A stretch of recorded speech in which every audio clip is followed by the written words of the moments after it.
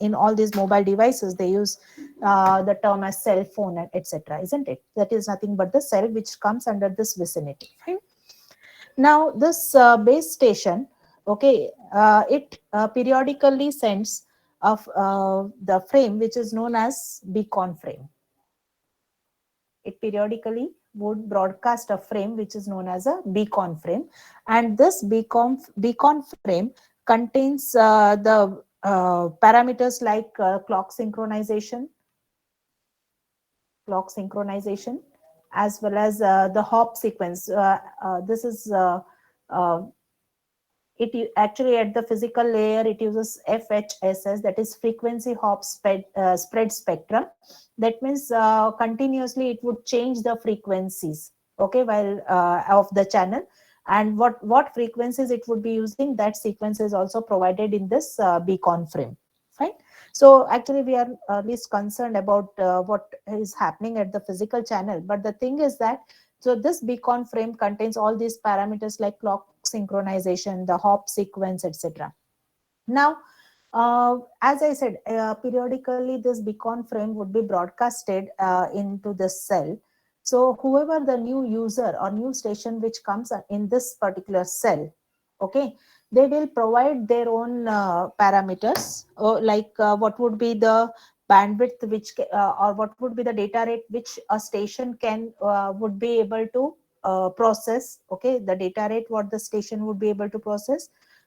And every station who comes within the vicinity of this base station, they have to register themselves with this base station. Okay, so when it broadcasts, or when the station, when it comes into this cell, when it sends, or when it provides its own identification, as well as the data rate what it can uh, process with, then the base station what it will do, it would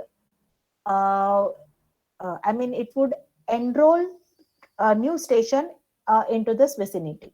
Are you getting this? So the base station would also provide certain bandwidth to that particular station. So whoever comes within this cell, they have to register themselves. You can say that registration of each of these station while it comes into this cell. Okay.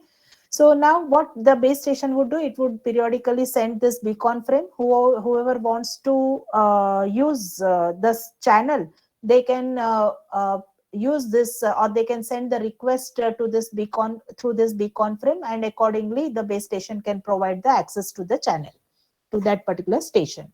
Okay. Apart from that, it also the function of the base station is also the power. It also provides the power management. That means what? Power manage, as we know that the for the mobile devices, one of the factor is or one of the problem is with the battery.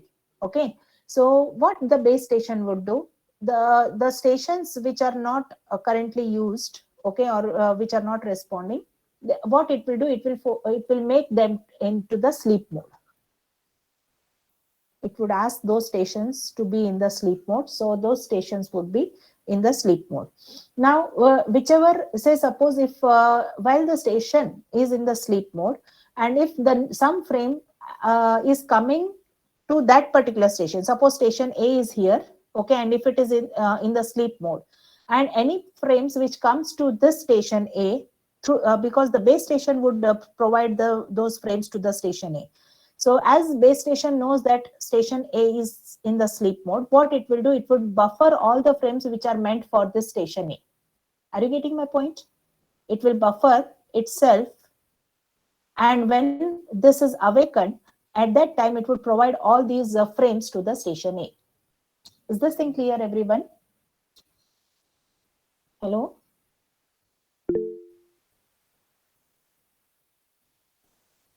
Okay.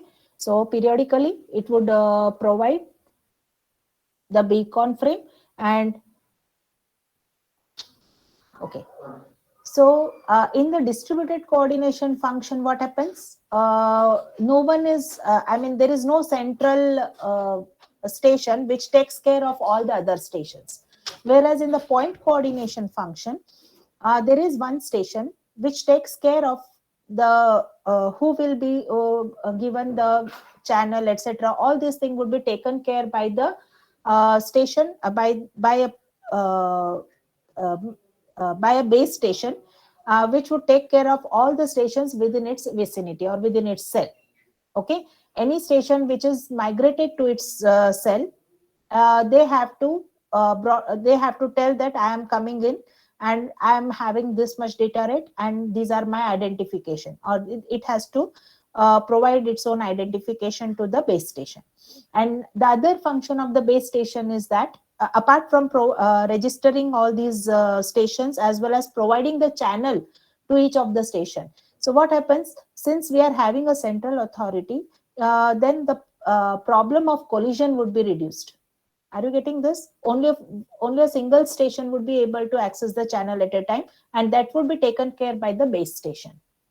Is this thing clear, Priyank? Okay. And the other function of the base station is the power management. Yes, beacon frame is sent by the base station. It announces that this is the frequency and this is the clock, and this clock has to be synchronized with the clock of all the stations which are in this cell. Okay, and what frequencies it is using, that should also be known by the other users into this cell, isn't it? So this beacon frame would be always sent by the base station to all the stations in its region. Fine. Other function is the power management. Okay, in which the station would be made into the sleep mode. Now, when it is in the sleep mode, if some frames would come to that particular station, then what happens?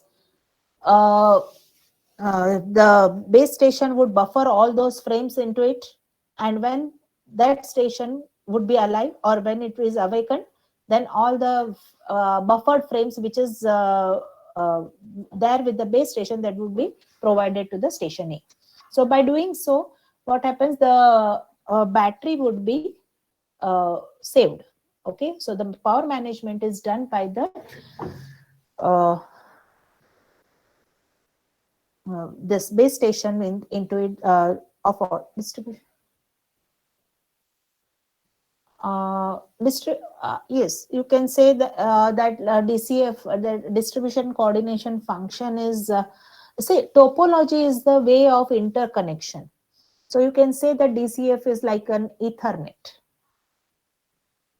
All the stations would be trying to access the channel, and star is again the topology. Are you getting this? In star, it is just the way of connection. There is no such central authority which would take care of all the communication. Fine, Prince? Okay.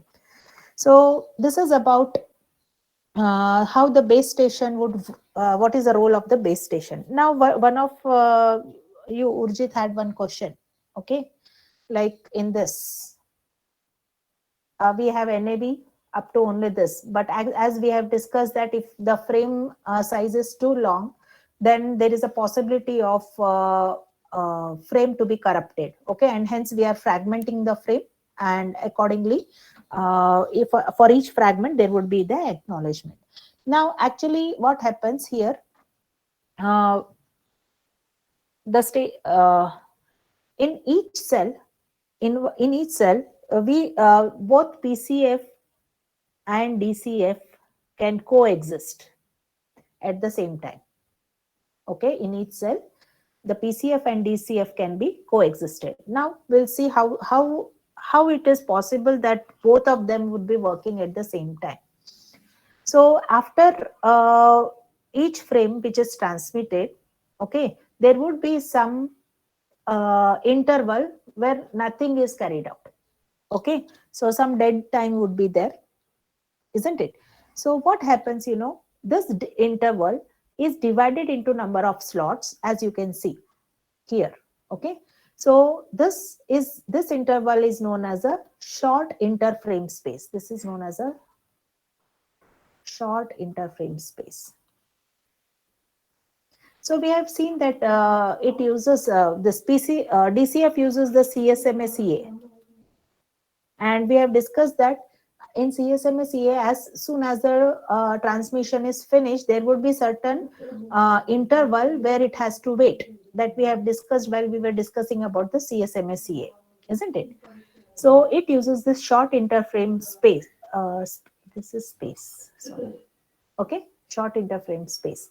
Now, what happens in this short interframe space? It is used to allow this the stations which are under a single dialogue. For example, say suppose one of the station has sent already the RTS. Okay. Now, after this RTS, then no other station would be allowed to transmit in this duration, in this interval, short interval. Okay. And the station uh, uh, to whom it has sent this RTS, only that station would be allowed to access the channel, and it may send the CTS. Are you getting me? That means, say suppose station A is there, it has already sent an RTS to station B. Okay, because in this RTS, it also contains the destination address. Right? So it is sending an RTS to station B. Now, since there might be number of stations into this region. Okay, so all of them may hear this RTS, but the destination is address is meant for station B. So within this interval of time, only the station B would be allowed to access the channel. Is this clear? So there would not be any collision because it is only meant for B. And now this channel is meant only for the station B. Okay. Or in case suppose the other, say suppose station A has already sent this fragment 1, and the acknowledgement is already sent by the station B to the station A. Okay. Now, within the that short interval of frame space, so what happens? Now the next fragment which has to be sent after this acknowledgement, again the turn is for the station A. Okay, that means for a single dialogue, no other station is involved in using the channel. Even you can see that NAV is up to here itself. Okay, but due to the short SIFS, okay, now the channel is still allocated, or it is still given to the station A. Hope you are getting me. For single communication, this SIFS is used. Okay, station A has already sent a fragment of a frame to station B, and it has sent an acknowledgement. Now, again within this interval, if there are some more fragments which has to be sent by station A, now it is again given, the turn is given to station A. And if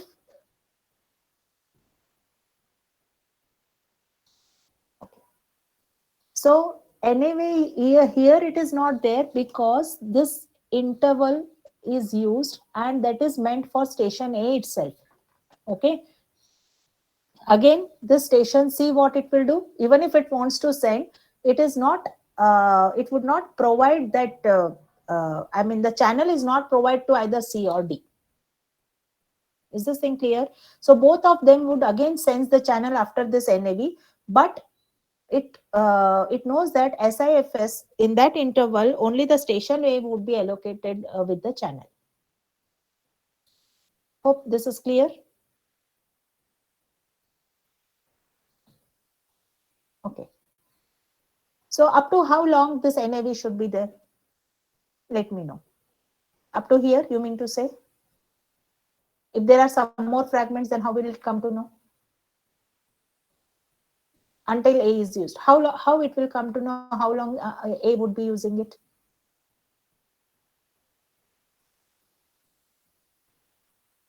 Hello. How will it come to know there how many fragments are there? Is this thing clear what I mean to say?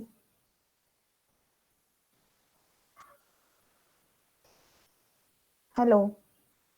If it would be a single entire frame, then it is fine that it would come to know that this is the amount of data and it has to wait till here. But if it is fragmented, how will it come to know how many fragments would be there and how long it has to wait? Is this thing clear?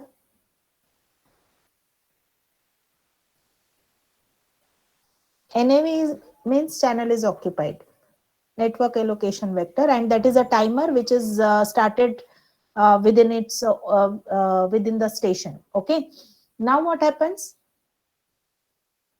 The timer expires here after this acknowledgement, but the channel would not be allocated to any of the station. It is meant for the single communication what it is carried out. So here in this interval, only station A or station B would be provided with this with the channel. Are you getting me now?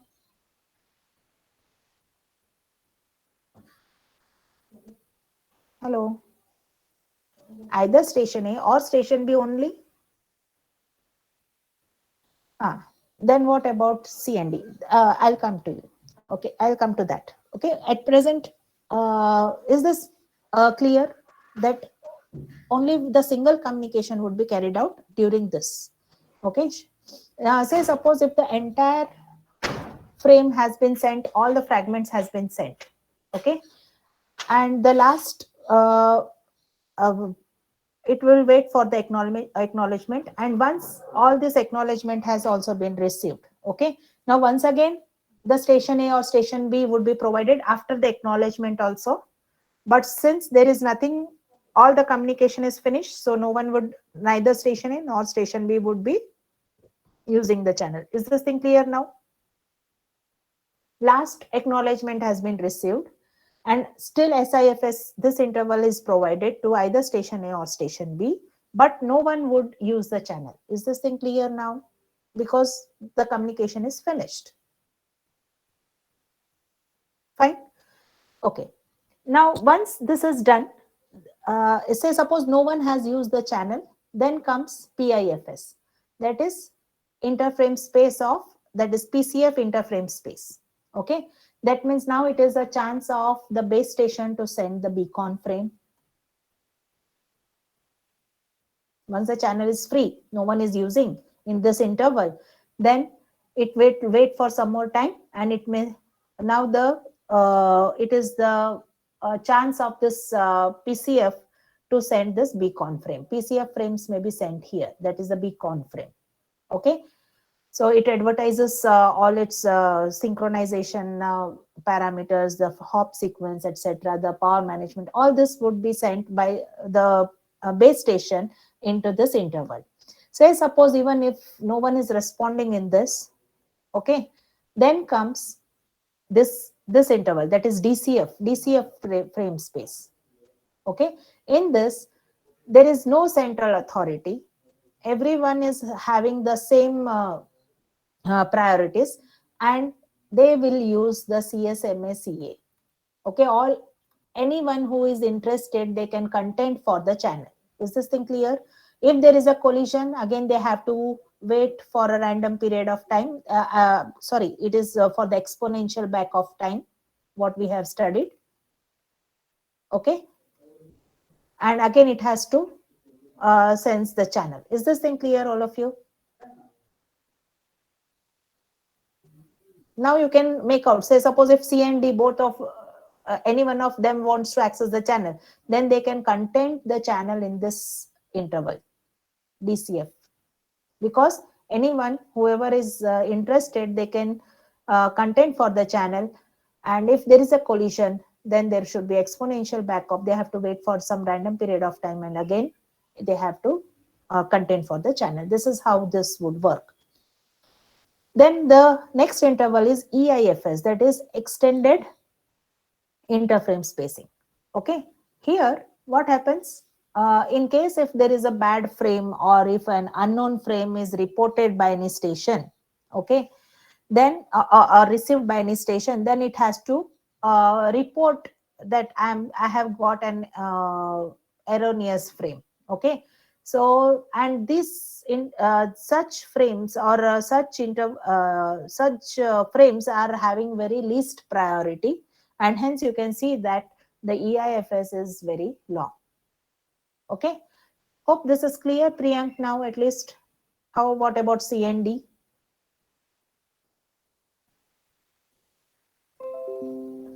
Hello.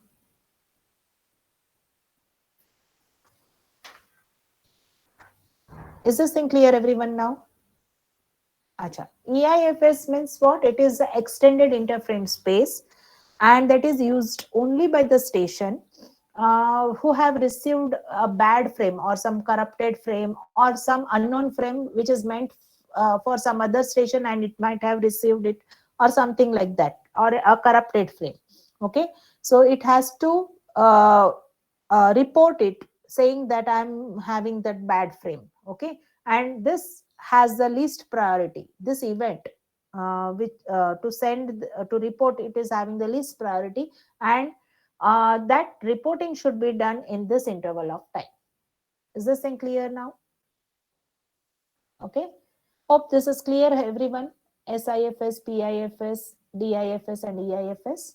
Any doubt here? Is this thing clear?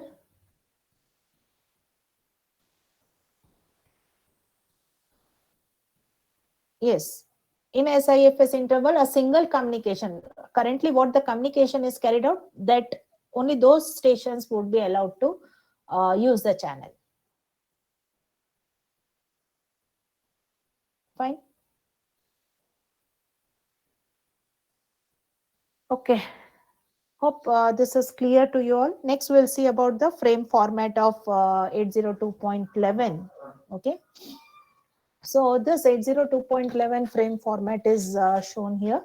The very first field, that is a frame control field, it is having some 11 fields, subfields here. Okay, and this the type of frames what the 802.11 can support is the data frame, a control frame, as well as the management frame. These are the three different types of frame which are supported by this 802.11, and we are considering this data frame. So this is the frame format of the data frame, and here you can see that these are in the bytes. So there are 2 bytes, and among these 2 bytes, so there are 11 subfields which are shown here. Okay, and in this, the first 2 bits of the 2 bytes, it shows this version. So there are 2 versions in this. So the version is indicated by the 2 bits of this frame control field of this data frame. The next field indicates the type, whether the type of the frame is either data frame, or it is a control frame, or the management frame. So these 2 bits indicate the type of the frame. Okay, then the third field is a subtype, which indicates whether it is a RTS or whether it is a CTS, etc. If it is a control frame, then it has to what subtype it is, it has to indicate. So that one such example is RTS or CTS. Then the next field is to DS and from DS. DS indicate it is a distributed distribution system. DS indicates it is a distribution system or inter-cell distribution system. Okay, so whether this frame is provided to the base station through which it has to distribute, or it has to forward it to the other network, or from the base station or from the distribution system it is receiving this frame. So that is indicated by to DS as well as from DS. Then, as we have seen that if the frame is too long, it would be divided into fragments. And if there are some more fragments after this particular fragment, then the more fragment bit is set to 1, or else it would be 0. This is the same as we have learned in IP packets. Okay, we had this don't fragment and more fragment bit. So MF stands for more fragments. That means there are some more fragments which are on the way. Okay. Then the next one is a retry bit. It indicates that whether this is the first copy or first time it is providing, or if it is set to 1, that means this is the duplicate, or it is once more this particular frame has been transmitted. Are you getting this? Retry, if it is 1, that means it is the second time it is retransmitted, because after each frame is transmitted, there should be some acknowledgement, and if the acknowledgement does not come within a certain interval of time, then the sender would again send the same frame once again. So to indicate that it is sending it once again, it would set this retry bit would be set to 1. Hope this is clear, everyone. Okay. The next field is the power mode. In this power mode, a power saving mode, which we have discussed, if it is set to 1, that means the station can be made into the sleep mode, or else it can be awakened. Okay. Then the next field is the more field. That means after this particular frame, there are some more frames which is supposed to be sent by the sender. So in that case, the more field would be set to 1. Okay. Then the W bit indicates the wired equivalent privacy. That means since this it is meant for the wireless network. Okay. So any host can access these frames. Okay. So by encrypting this using some encryption algorithm, we are providing the privacy to this particular frame, and if it is encrypted, or if then it is set to 1, and that is indicated by W bit, which is nothing but wired equivalent privacy. That means the privacy is same as that of the wired type of network. Okay. And the last field, O field, indicates it is the order, frame order. Okay. So whether the frames should be provided in a order to the higher layers, or it should be even if it is unordered, it is fine. So if it is to be provided to the higher layer in an order, then this order bit should be set to 1, or else it should be 0. Okay. So these are the frame control bits, which is of 2 bytes, and these are the 11 subfields. After this, the next field into this data frame is the duration field.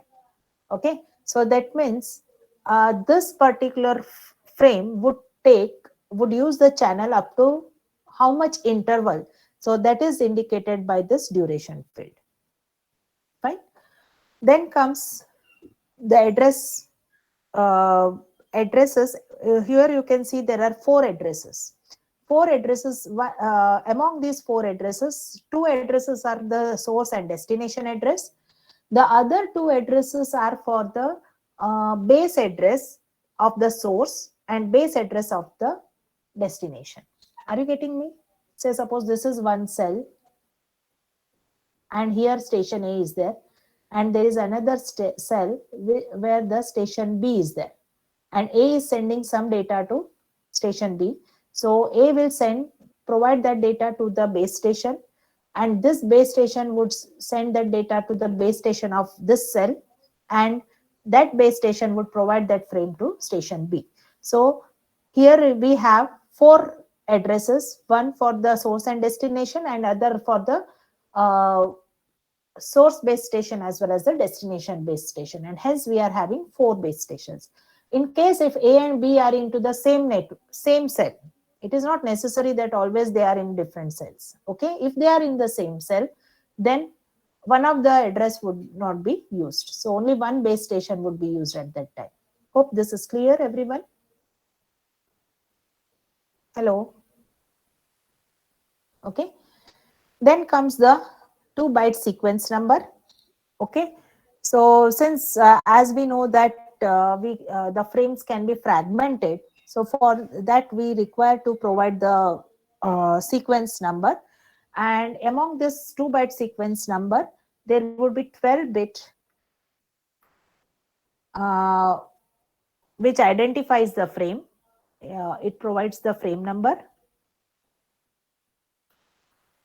and remaining 4 bits indicate the fragment number. Are you getting this? 12 bits indicate the frame number, what frame number it is having, and if that frame is divided into fragments, then 4 bits would be meant for the fragment number. Okay.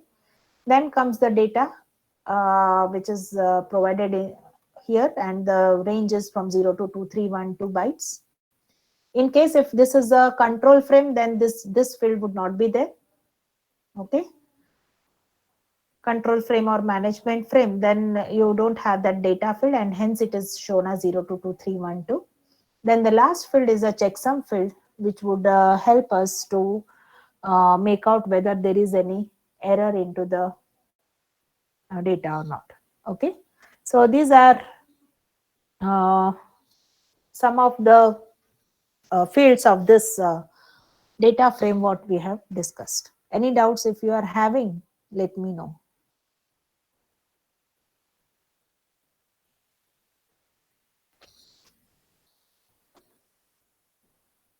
Hello. If you are having any doubts, let me know, or shall I continue further?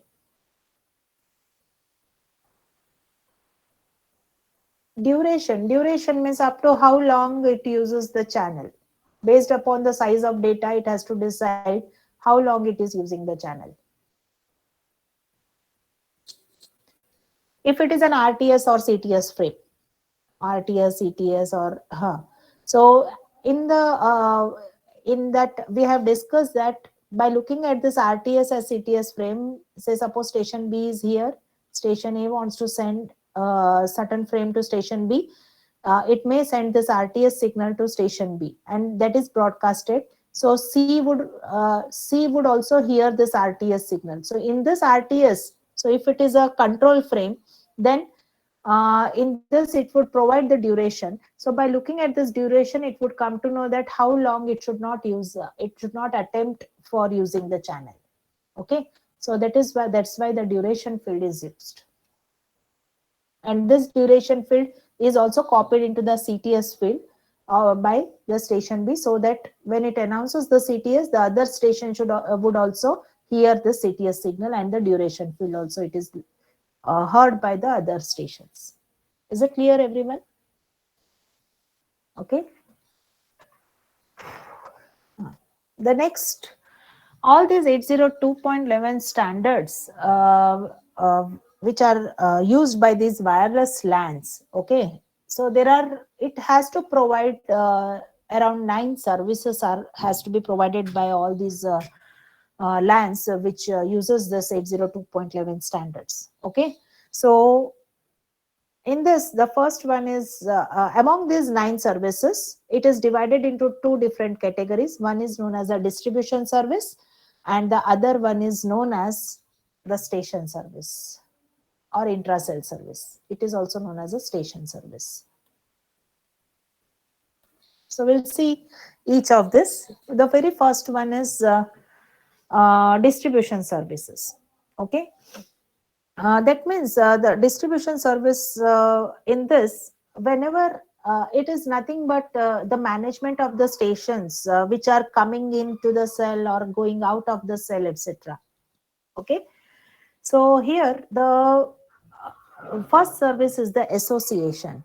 It means that whenever a new station arrives into a cell, so suppose this is my cell, okay, and this is the base station, and a new station, say station A, arrives into this cell.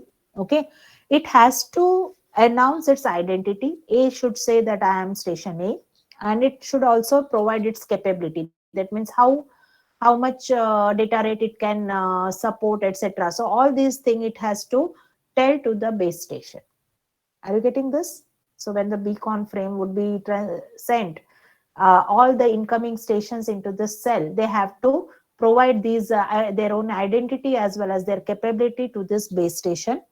And this capability, so what it will do, base station, it would authenticate, it will check whether this is actually the station A or something else. Okay, if it proves itself, then it can, a base station would register this station A. Okay, and so this, the base station, either it accepts or it rejects these stations based upon their identification, whether it passes or it either it fails. Okay, that means all these stations gets registered into this cell by this base station. Now, if this mobile station is accepted, if it is accepted, then it has to authenticate itself. Okay, the station has to authenticate itself with this base station. Now, this is when the station A moves into the cell of this. Now, when it leaves this cell, when it is, because these are the mobile stations, isn't it? So, some of the stations would enter, some of the stations may leave in the cell. So, when it leaves this cell, it has to disassociate with itself, with this base station, saying that I am going out. Okay, and it has to uh, uh, break the relationship with this base station. Are you getting this? Okay, it has to say that I am leaving, and the authentication or whatever the bandwidth or whatever it has allocated, that has to be released, right? So this is nothing but the disassociation. Now, when a station is moving from one station to the other station, from one cell to the other station, it has to reassociate with the other cell. Are you getting this? Okay, so when it is so that is also known as the handover.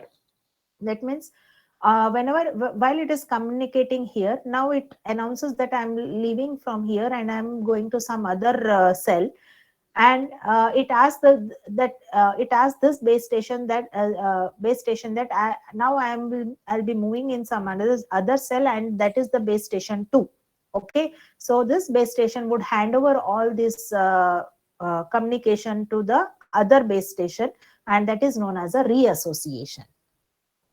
Okay, so now the preferred station, earlier it was base station 1, now it has been changed to base station 2, and no data would be lost because the base station would handle it would hand over to the base station 2, right? The fourth service is nothing but the distribution service. uh, it it is nothing but it determines how to route the frames, how to route the frames sent to the base station.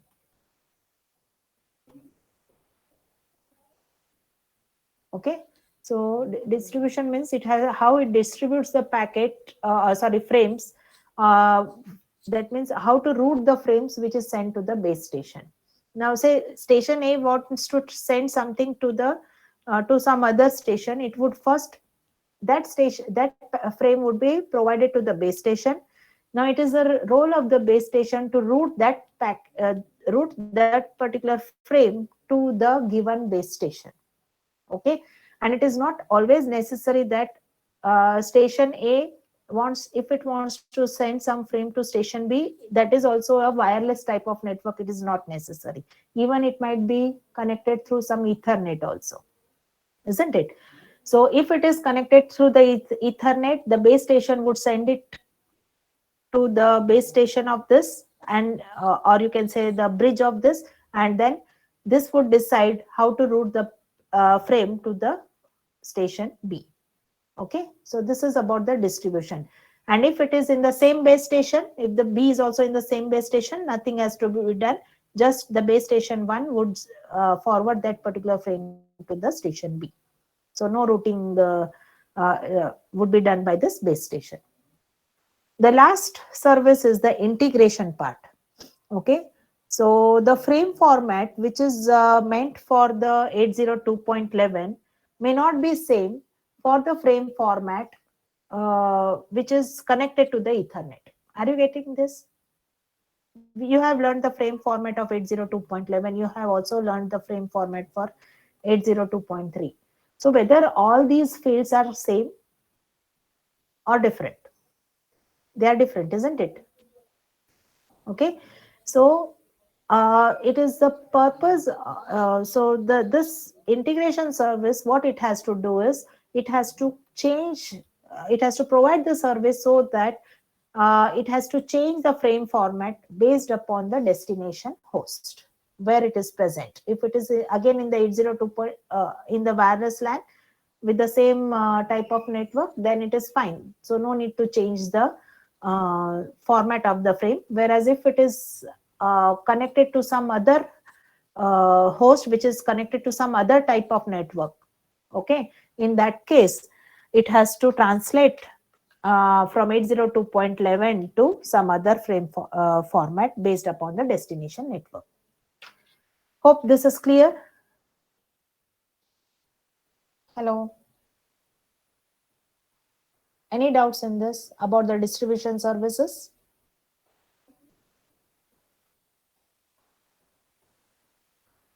Okay, so the next service is meant for the intracell, that means for the station itself. Within the for the station itself, what the services can be provided. The very first one is the authentication. So as we have seen that whenever a station moves from one cell to the other cell, the station has to associate, or it has to connect with the base station. Okay, so while association, when it proves itself that when it provides its own identity, and when it proves that it is a station A, then the base station would authenticate that particular station. Are you getting this? After association, the base station would authenticate the station A. Okay, so because since we are using wireless communication, there are number of stations which are within the network, and anyone can say that I am station A. But for this to authenticate station A by the base station, what it has to do, the base station would, while association, it has also already provided some key to that particular station. Okay, so if a data has to be transferred by the station A to the base station, then what it has to do, first it has to authenticate itself, saying that I am the station A. So what it will do, when a request is made by station A to authenticate it, what it will do, base station would send a frame, a dummy frame would be sent by the base station to the station A. Okay, the key is already provided by the base station to the station A. If the station A encrypts that particular frame with the key which is provided by the base station, and it provides it to the base station, the encrypted frame is provided by station A to the base station. By looking at this, and if it can decrypt it, it can make out that this is the station A.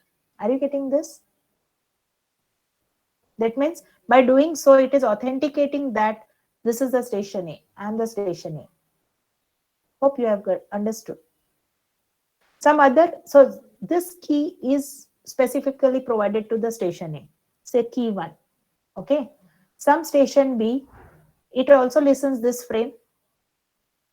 Are you getting this? And even it may encrypt with some other, but this B does not know about this key 1. It may encrypt with key 2 and say it's falsely, if it says that I'm station A.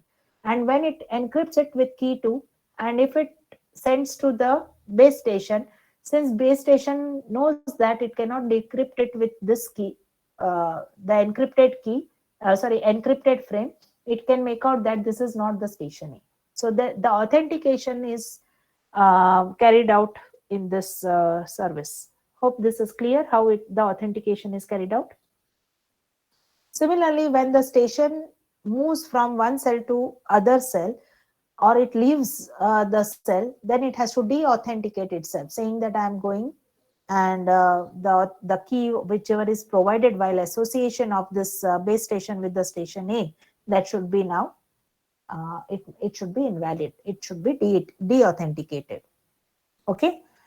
Then the third service is the privacy service. That means the information whatever is sent over this wireless network, it has to be kept confidential, isn't it? Or else for keeping it confidential, this it has to be encrypted. The frame has to be encrypted with certain algorithm. Like you might be studying nowadays about the with the NIS. Okay, there are various encryption algorithms. So the a frame should be encrypted uh, to maintain the confidentiality. And the last type of service is nothing but the data delivery. Okay, as this 802.11 is uh,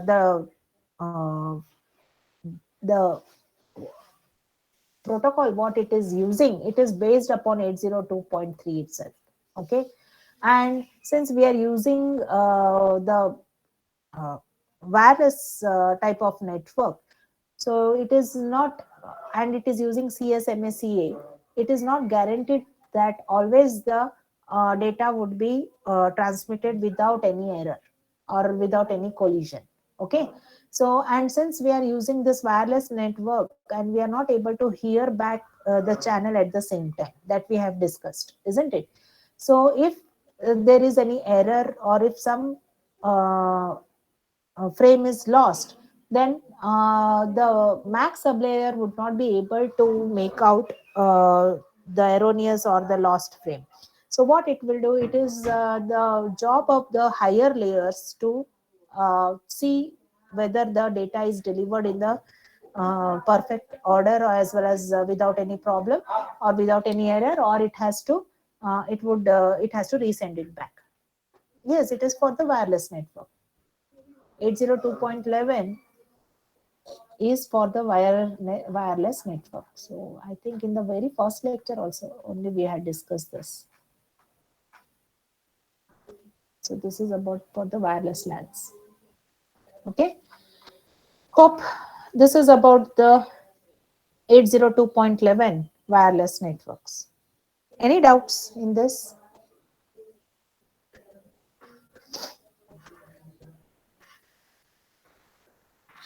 If you have any doubts, let me know, or we'll still 10 minutes are there. We'll have some a discussion about the switches or bridges. If you have any doubts, let me know. Now, what are the different types of protocols you have learned in the Mac sublayer? You have learned Ethernet. You have learned token ring, token bus. You have learned 802.11, then gigabit Ethernet. Different types of protocols you have learned in the Mac sublayer, isn't it?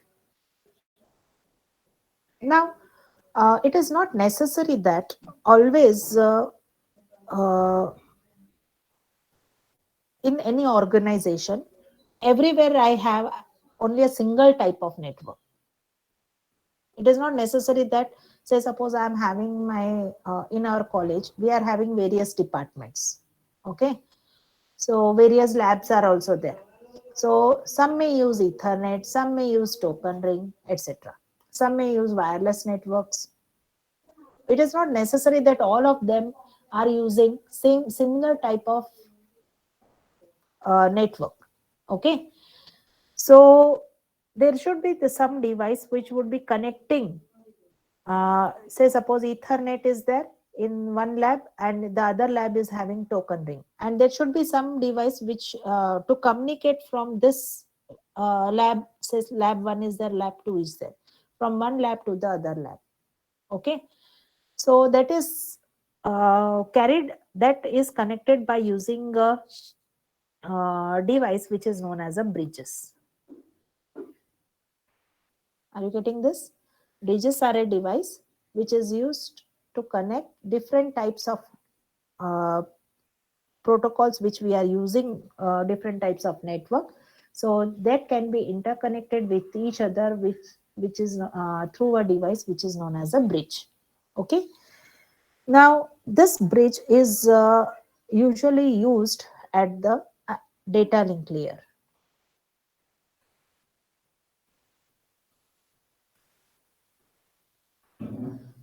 So interconnecting two networks at the network layer, what it is known as, what it is known, if we want to interconnect two networks at the network layer,